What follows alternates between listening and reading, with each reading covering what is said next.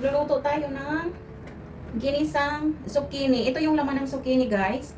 Di ba pag gumagawa kami ng stuffed zucchini, ito yung tinatanggal sa loob. So, hindi yan tinatapon, guys. Ayan, niluluto yan. Igigisa natin sa itlog. So, ayan, mag-umpisa na tayo. Mainit na yung ating kawali. Siyempre, lagyan natin yan ng oil, guys. Medyo madami-dami yung oil na ilalagay ko dahil kakainin niya ng zucchini, guys. So, magigisa muna tayo ng onion. Ayan, ilagay natin yung onion. Dalawang malaking onion ito, guys. Ayan, syempre, hatiin nyo lang siya ng pahaba, guys. Ayan. Hatiin nyo lang siya ng mga ganyan, oh. Mikisan nyo lang.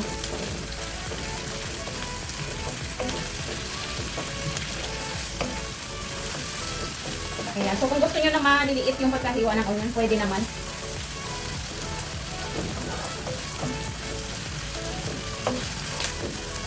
Ayan. So, hindi tayo masyadong makapagluto ng maayos ngayon, guys, na makapag-video. Kaya ganito na lang muna. Pagpasensyahan nyo na. Nagra-rush kasi tayo, guys, at meron tayong padadalhan ng pagkain. So, gusto ng mga bata itong ganitong luto, guys. Kaya itong gagawin natin ngayon.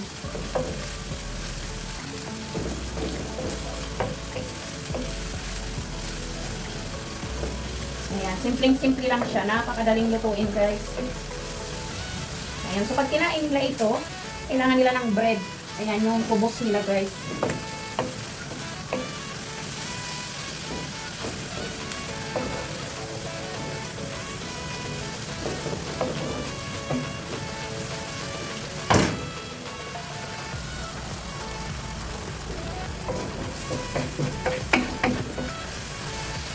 Ayan, guys. Huwag na natin ipa-brown masyado yung onion. Ayan, ilagay natin yung zucchini.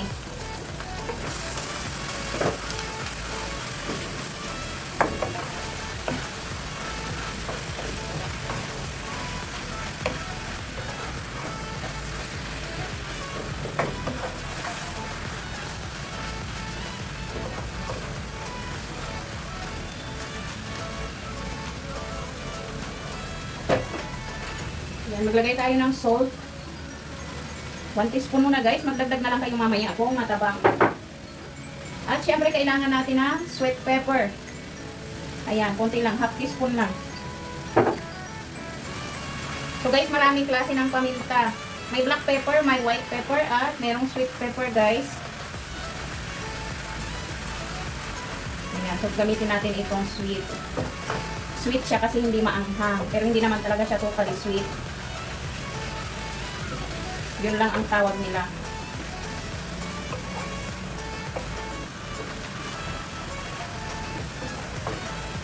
Ayan. So, igisa-gisa muna natin yan, guys, na maluto-luto yung zucchini. Tapos, maya-maya ilagay natin yung itlog. Ayan, guys. Walang sayang dito kapag nagluluto ka. Kasi, pag gumawa ka ng stuffed zucchini, marami siyang matitirang mga ganito. Ibang recipe na naman.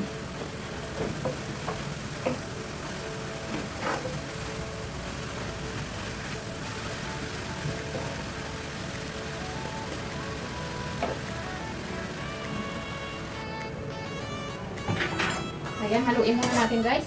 Ipalit tayo ng sandok. Ayan, mas maganda ito at kuha yung ilalim niya.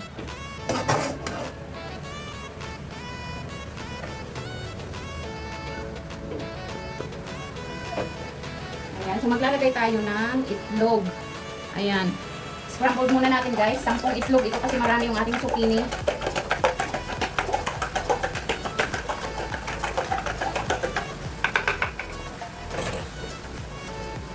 Ayan, ilagay natin.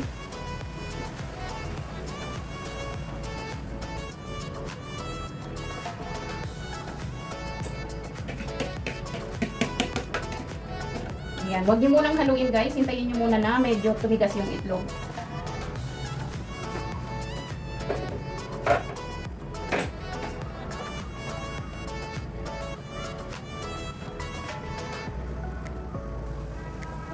Ayan, guys, haluin natin.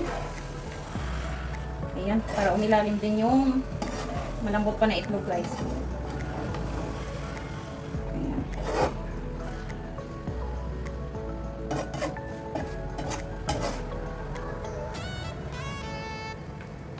Tingnan nyo guys, sa dami ng zucchini, parang hindi kita yung 10 itlog.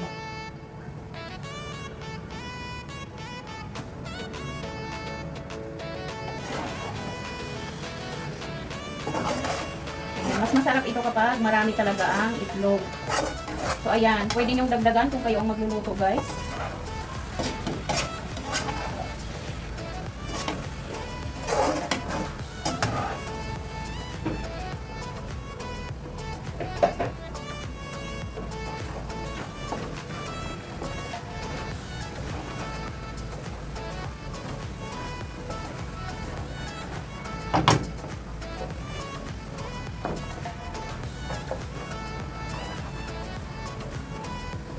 Ayan, syempre tikman nyo muna guys kung okay yung alat niya. Malasa na siya guys. Ayan. Pwede kayong magdagdag ng salt kasi depende yun sa panlasa nyo guys ha. Tapos maglagay tayo ng green onion. Ayan, para may kulay-kulay naman siya guys.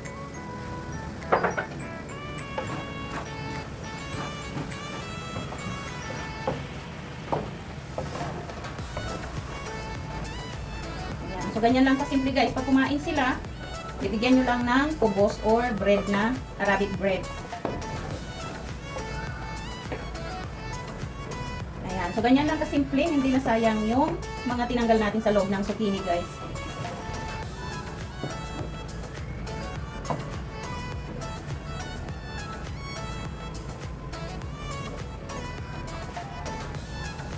Ayan. So, ganyan na guys.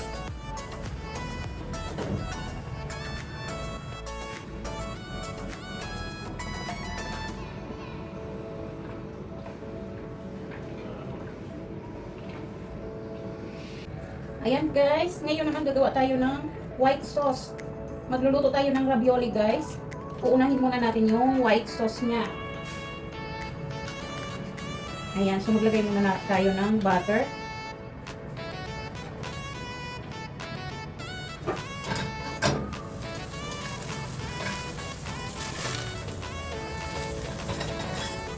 Ayan guys, huwag niyong patagalin yung butter sa apoy kasi masusunog yan. Hindi na maganda kapag sunog yung butter. Hindi na maganda yun sa kalusugan guys. Ayan, so ilagay na natin itong onion. Isang onion lang yan.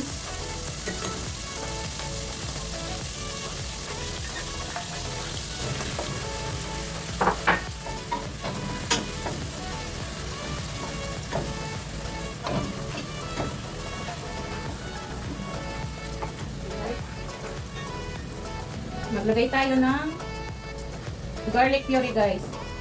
Ayan, nag-grind yan. Nag-grind na garlic.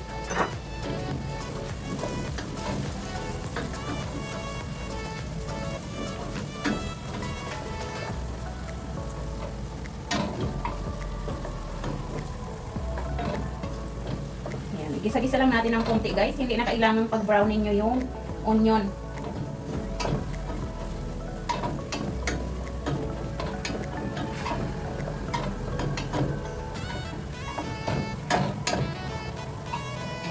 Ilagay na rin pati yung garlic niya. Pwede na natin ilagay yung ating fresh cream. Ayan, yung fresh cream na gamit natin ay with vegetable fats. Ayan siya guys. With vegetable fats. So any brand guys. 1 liter itong ilalagay natin.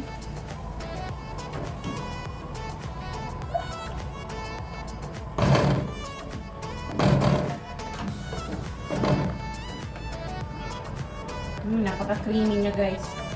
Super creamy.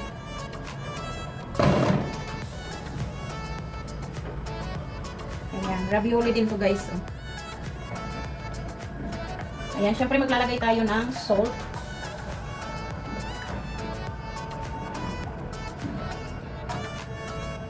Ayan, lagyan nyo siya ng salt guys. At syempre, huwag kalimutan yung nutmeg powder guys. So, meron akong nutmeg powder. Meron din naman akong yung whole nutmeg siya. Ganyan ang itsura niya guys. Oh.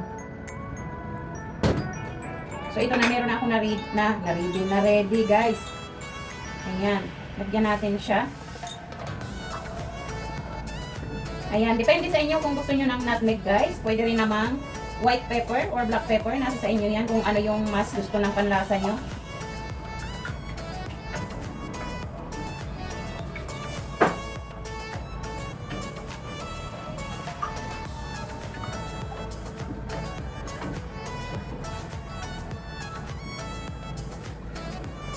Ayan guys, so hayaan lang natin na kumulo-kulo siya guys. Para maluto yung kanyang fresh cream, yung ating white sauce. Kapag luto na, i-set aside natin. Tapos, ilaga naman natin yung ating ravioli. Isa lang ito guys sa mga procedure ng pagluluto ng ravioli. Pwede rin namang i-oven nyo yung ravioli kung gusto nyo. Ayan. So, ilalagay nyo lang yung ravioli sa sa Pyrex. Lagyan nyo ng fresh cream. Lagyan nyo na ng white pepper or black pepper or nutmeg. Pagkatapos lagyan nyo guys na Parmesan cheese sa ibabaw sa kanyang i-oven. Ayan. So, nasa sa inyo yan kung ano ang gusto nyo way ng pagluluto guys.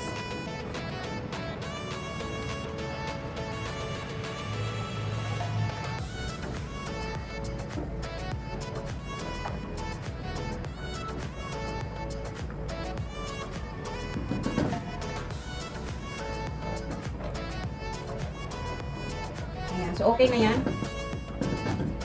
Okay na to guys. I-set aside muna natin. Next time. Ayan guys. Ito na yung ating ravioli. Ilalaga muna natin siya para lumambot. At ito naman yung kanyang white sauce guys.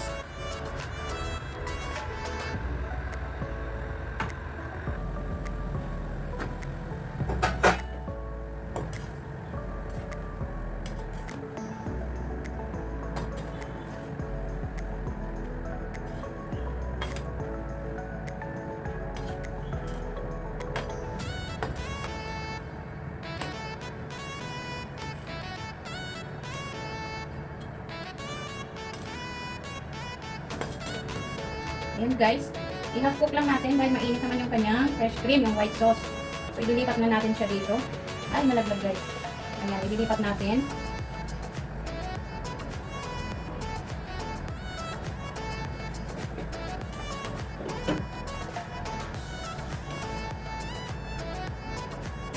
So guys, ito ang lunch nila ngayon.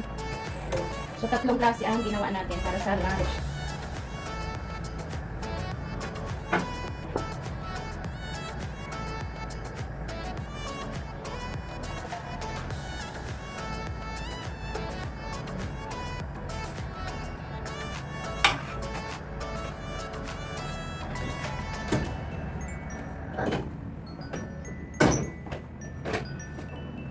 Ayan, ang ating ravioli guys. Tapos pag i-serve nyo, lagyan nyo siya ng Parmesan cheese.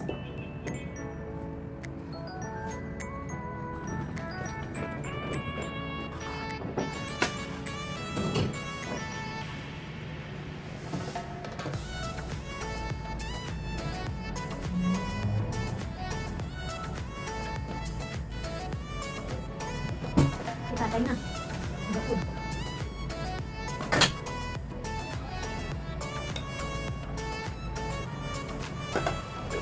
Ayan guys, tapos lagyan natin ng Parmesan cheese. Ayan, syempre punasan natin yung kanyang karat. Ayan guys, yung ating ravioli. Ito naman yung ating zucchini. At ito yung ating orzo salad or rice pasta salad. So ayan guys, maraming salamat. Ayan guys, gawa tayo ng orzo salad. Ayan, rice pasta ito. Siyempre, ilaga nyo muna guys. Ayan, palambutin nyo muna yung ating rice pasta. Lagyan ng onion. Half lang ito. Cherry tomatoes. Feta cheese. 2 tuna guys. Ayan, any brand. Kung ano yung gusto nyong brand, yun ang ilagay nyo. Siyempre, lagyan natin ng parsley.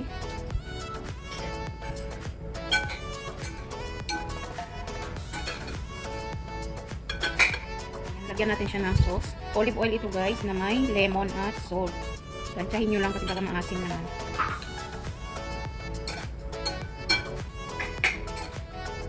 Ayan. Kung gusto nyo guys lagyan ng olive, pwede guys. Ayan. Siyempre, tikman nyo muna kung okay na sa inyo ang lasa niya guys.